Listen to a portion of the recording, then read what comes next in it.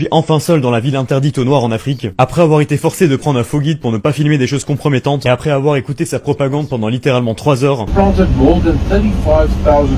je gagne enfin sa confiance en me faisant passer pour un gros raciste pour qu'il me laisse enfin me balader seul dans la ville. Une fois seul, je fonce directement sur le haut de la colline pour vous montrer un mémorial avec les statues de tous les architectes de l'apartheid, toutes les personnes qui ont persécuté les Noirs. Ici, on leur rend hommage et les habitants sont fiers de ce qu'ils ont accompli. C'est complètement surréaliste, c'est comme si nous on allait mettre des statues du moustachu allemand dans les rues en Europe. On peut croire que c'est juste une petite secte de dégénérés, mais la ville compte déjà plus de 4000 habitants, et la ville a un taux de croissance de plus de 35% par an. La ville est victime de son succès et reçoivent des candidatures de partout dans le monde. Et il y en a même trop, ils sont obligés de refuser des gens. D'ailleurs, mon guide, il me montrait fièrement la maison d'une famille allemande qui avait tout plaqué en Allemagne pour venir s'installer ici.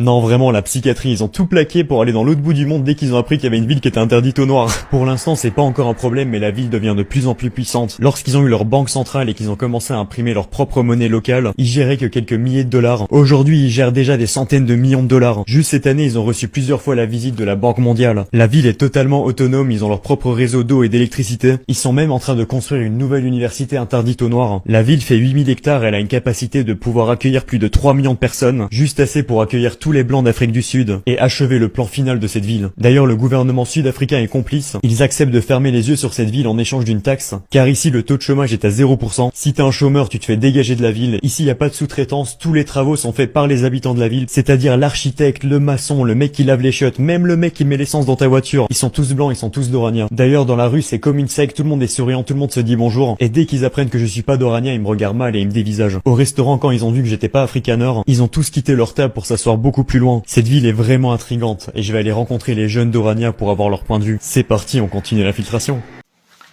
Dans cette vidéo, le monsieur explique comment il s'est fait accepter de visiter comme un touriste la ville de Orania, une ville qui se trouve en Sud-Afrique.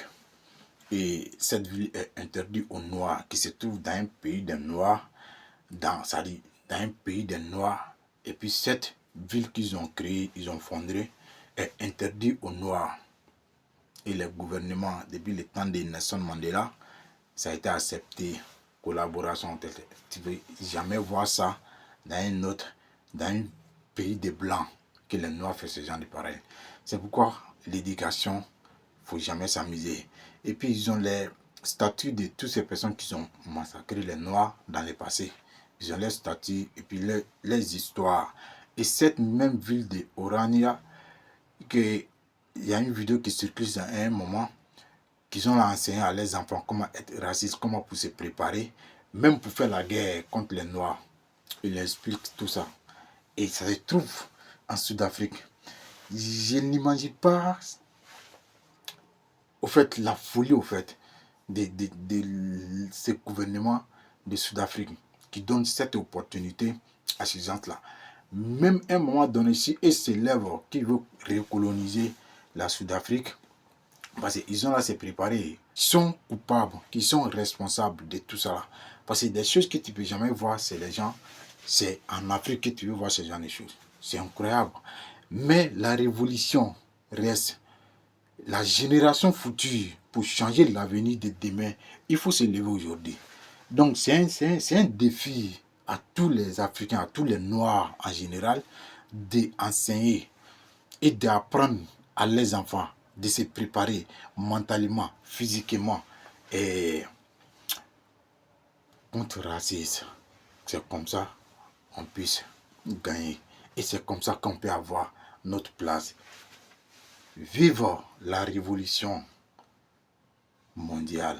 Et président Ibrahim, général Abdourahmane Tchani et Assimi Goïta, ne changez jamais les chemins que vous avez commencé.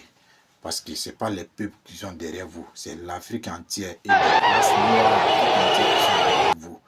Donc, continuez le chemin que vous avez commencé. Parce que nous, on a besoin d'un leader fort, qui n'a pas peur, qui ne tremble pas. C'est-à-dire qu'il ne connaît même pas ce qu'est la mort.